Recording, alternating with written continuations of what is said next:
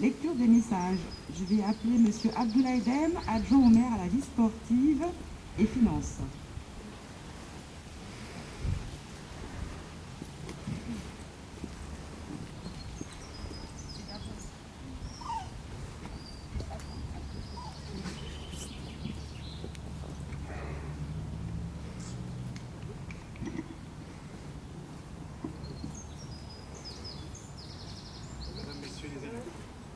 Monsieur le représentant du comité de marche du 23 mai 1998, Madame la représentante de l'association des Anti-Crédit, la loi sur l'égalité réelle outre-mer de février 2017 a instauré officiellement le 23 mai comme la journée nationale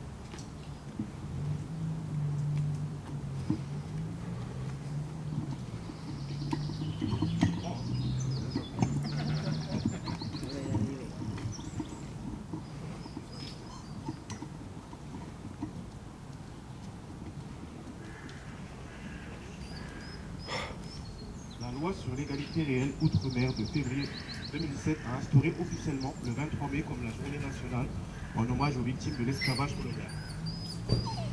Si nous sommes réunis aujourd'hui, c'est donc pour honorer ceux qui ont subi une violence injuste, celle du colonialisme, source de tant de souffrances. Mais ces esclaves n'étaient pas seulement des victimes. Si autant d'hommes et de femmes ont subi l'esclavage, ils ont également toujours agi pour le combattre. Victimes certes, mais aussi des résistants. Car ces hommes et ces femmes n'ont jamais baissé les bras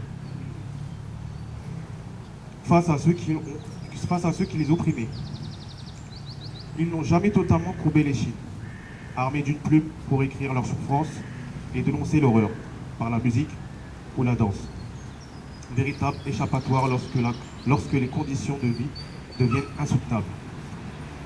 Mais aussi des actions quotidiennes de refus et de sabotage des forces de leur exploitation. Oui, ce sont bien des résistants auxquels je voudrais rendre hommage aujourd'hui. Le travail de mémoire et de transmission de notre histoire, dans sa réalité parfois crue, est nécessaire. Car c'est la seule manière d'empêcher que tout cela ne se reproduise. Alors rappelons-nous, aujourd'hui, que ceux qui étaient esclaves n'ont eu de cesse de briser leurs chaînes. Rappelons-nous de leur persévérance, de leur espoir inaliénable de voir un jour un monde nouveau, libéré de ces entraves raciales. Je vous remercie.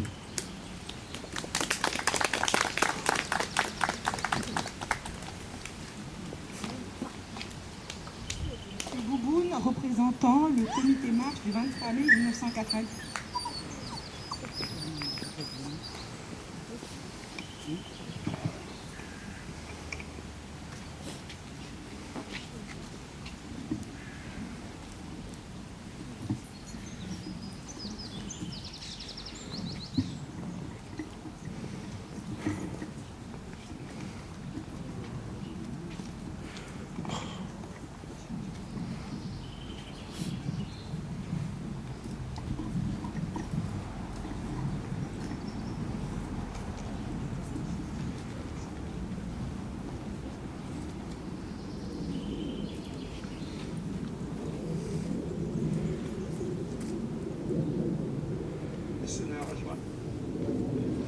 Monsieur le maire adjoint, Mesdames, Messieurs les élus, Madame la Présidente Lécha Gina, Mesdames, Messieurs. Au nom du comité de marche du 23 mai 1998 et son président, Monsieur Emmanuel Bordia, je vous adresse à toutes et à tous mes sincères salutations. Aujourd'hui, le 23 mai 2020, aujourd'hui le 23 mai 2021, excusez-moi, nous commémorons la mémoire des victimes de l'esclavage colonial. Il y a 23 ans, jour pour jour, le 23 mai 1998, 40 000 personnes, essentiellement originaires de l'outre-mer, défilaient silencieusement de la place de la République, de la place de la Nation, pour penser à leurs aïeux qui avaient vécu le martyre de la traite de l'esclavage colonial. Près de 10 000 signatures dénonçant la traite négrière et l'esclavage colonial comme crime contre l'humanité ayant été accueillies ce jour-là. Le 30 novembre 1999, nous avons créé le comité de marche du 23 mai qui s'appelle le CM 98. Monsieur l'adjoint de maire, messieurs, mesdames, cette marche du 23 mai 1998 était le point de départ d'une véritable révolution mémorielle. En France, dans le domaine de la commémoration de l'esclavage, en effet, pour la première fois, le souvenir des esclaves et non plus uniquement le souvenir de l'abolition de l'esclavage pour la République était pris en compte. C'est la part que nous, citoyens français, descendants d'esclaves, avons fait à la mémoire de l'esclavage en France suite à ce mouvement sans précédent. La France a alors reconnu la traite négrière et l'esclavage comme crime contre l'humanité. La loi votée le 21 mai 2001 en deuxième lecture par l'Assemblée nationale est publiée au journal officiel le 23 mai 2001, soit il y a 20 ans, jour pour jour aujourd'hui. Depuis, et sous notre action militante depuis plus de 20 ans, et grâce notamment au soutien sans faille, notamment de la municipalité de Creil, le 23 mai est devenu la journée nationale en hommage aux victimes de l'esclavage depuis février 2017. Je voulais donc à ce jour, au nom de nos aïeux, remercier la municipalité, les prédécesseurs, M. Grimbert, et encore M. Grimbert, et avant lui, M. Ancien, mais aussi M. Jean-Claude Villemar. Et c'est donc tout naturellement avec l'association des Antillais de Creil du Sénat Gina d'Olium Monchin que solennellement nous faisons à la municipalité la session de ce mouvement mémorial et un hommage aux victimes de l'esclavage.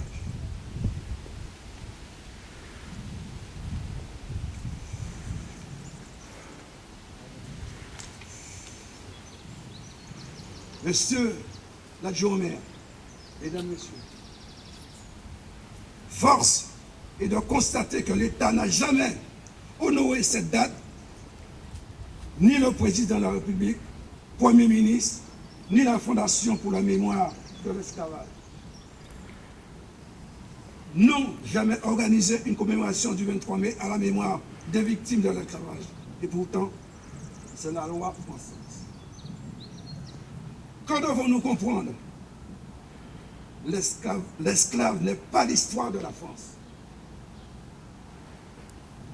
En tout cas, nous, le CM 98, les associations,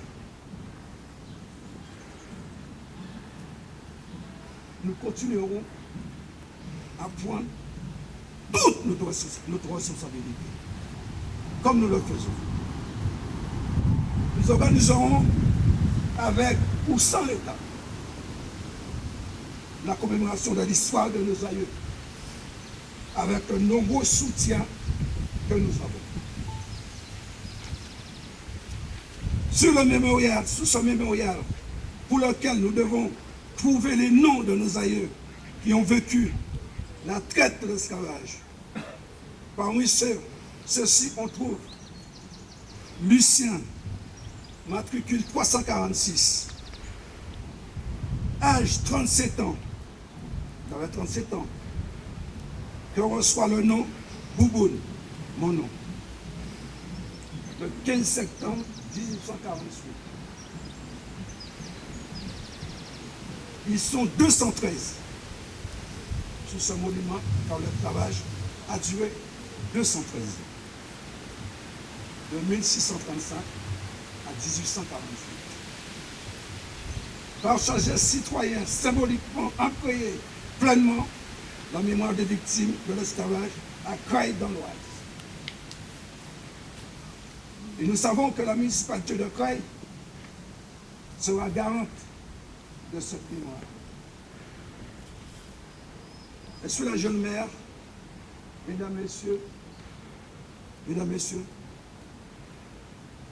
chère Augustina, chère Gina, permettez-moi en cette journée, en hommage aux victimes de l'esclavage colonial, de vous adresser mes salutations le plus fraternelles et je vous remercie de votre attention.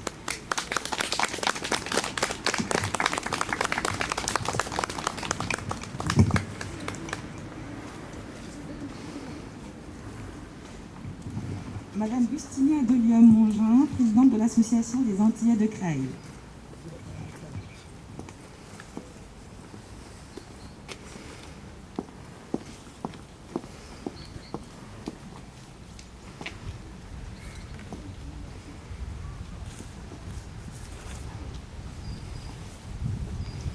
Bonjour à tous.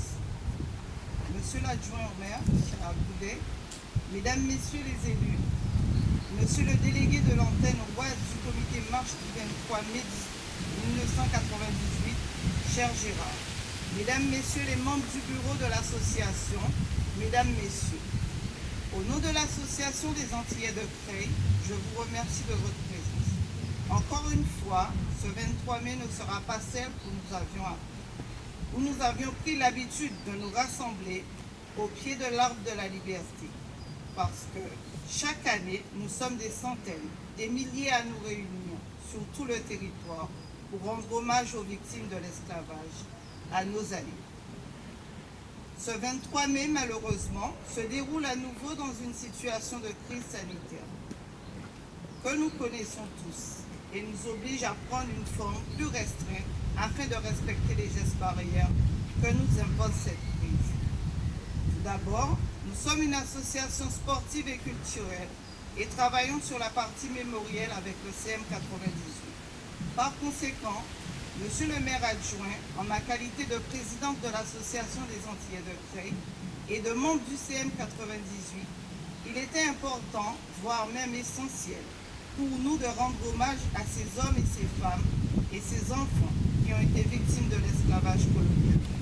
De nouveau, je m'autorise à vous rappeler à chacun que le 23 mai est une date officielle depuis le 28 février 2017, comme l'a cité Gérard. C'est la journée nationale en mémoire des victimes de l'esclavage, afin que la France et nous puissions honorer les victimes de l'esclavage, nos aïeux. Le 10 mai dernier, le président s'est rendu au Jardin de Luxembourg pour commémorer la journée nationale de commémoration des mémoires de la traite, de l'esclavage et de leur abolition. 20 ans de la loi Taubira. Mais, monsieur le maire adjoint, mesdames, messieurs, quelle ne fut pas ma tristesse de constater qu'après des siècles et les 20 ans de la loi Taubira, le président n'avait rien à dire à ce sujet. Un silence, peut-être en effet solennel, mais il est dommage d'être le premier pays à reconnaître l'esclavage comme crime contre l'humanité, et depuis peu le Sénégal, et de n'avoir rien pour message qu'un grand silence à offrir aux victimes de l'esclavage.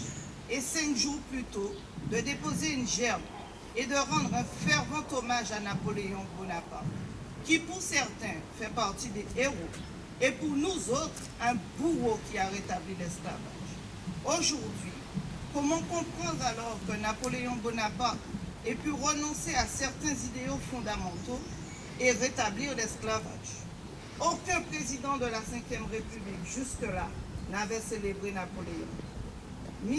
Mis à part Georges Pompidou, en tant qu'arrière-petite-fille d'esclave, je me dois de me poser des questions et être encore plus vigilante que jamais en tant qu'entrepreneur de la mémoire afin que la mémoire de nos aïeux soit respectée, en continuant à se souvenir et à leur rendre hommage. Néanmoins, il est de mon devoir en tant qu'entrepreneur de la mémoire, de notre devoir de rappeler que durant des siècles, des hommes ont tiré profit de la souffrance, de l'asservissement et de la mort de d'autres hommes, mais également à témoigner de leur existence. Car si nous sommes là aujourd'hui, c'est qu'ils ont existé. Et pendant des années, ils ont été oubliés. Et aujourd'hui encore, certains continuent à les ignorer. J'invite les descendants des victimes de l'esclavage à faire ce travail de mémoire et d'accepter leur filiation. Ce devoir de mémoire, je ne le fais pas uniquement durant le mois de mai, qui est le mois dédié à la mémoire. Je le fais tout au long de l'année. Mais le 23 mai en particulier, je veux me souvenir, je veux les honorer, les célébrer comme il se doit, en leur rendant hommage à travers différentes actions mémorielles, afin qu'ils ne soient jamais oubliés. Ce pourquoi j'aime m'entendre à les citer et à parler d'eux. Je suis fière d'être arrière-petite-fille d'esclaves. Et à chaque fois, c'est avec dévotion que je les nomme à chaque commémoration. Jean Dolion, matricule 2557. Augustine Maès, matricule 6774. Elisa Onesta, Elisa le prénom que porte ma fille, matricule 2630. Jeanne Rose Civile Mongin, matricule 589. C'est pour cela que je rappelle que l'histoire de l'esclavage n'est pas seulement celle des descendants d'esclaves, mais aussi celle de toute la France. Nous formons un seul peuple. Mais par notre expérience, nous devons rester en équilibre pour subsister et exister. Néanmoins, rien n'est acquis pour toujours. Chaque jour est un renouvellement de notre engagement envers nous-mêmes et envers les autres hommes. Donc, pour nous les entrepreneurs de la mémoire et pour tous les hommes, nous avons pour mission de veiller à l'égalité entre les hommes, d'être vigilants et de combattre toute forme de discrimination et de continuer à œuvrer sans cesse à la réconciliation des peuples.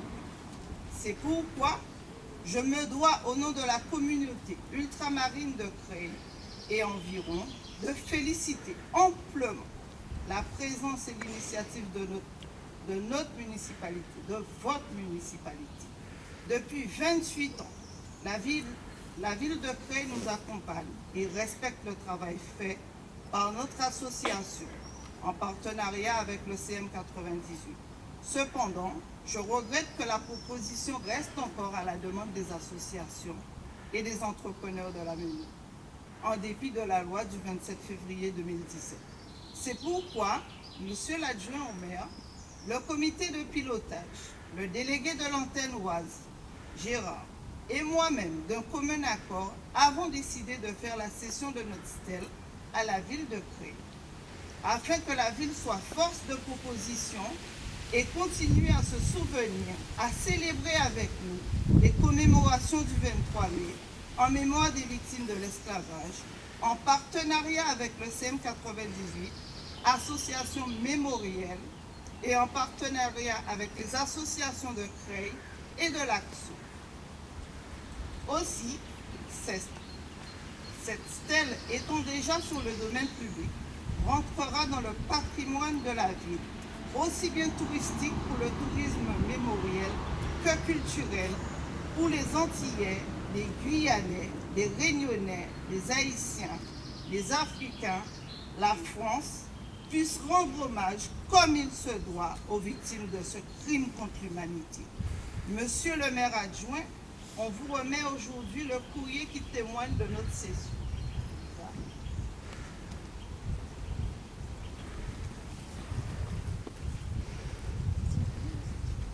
Pour finir, je remercie à nouveau l'implication et la fidélité de la municipalité de Creil, les services de la mairie qui ont été sollicités pour ce 23 mai. Merci à Fatou, un grand merci à mon bureau qui m'accompagne, au délégué de l'antenne Oise Gérard, à cette nouvelle génération avec qui je travaille pour qu'elle s'intéresse davantage et continue à œuvrer sur la question mémorielle. Non pas pour exprimer une souffrance, mais pour réaffirmer une exigence d'humanité universelle. Merci également à Elisa, Naël et Kéliane qui nous accompagnent depuis bien longtemps sur cette question. Merci les enfants. Merci de votre attention.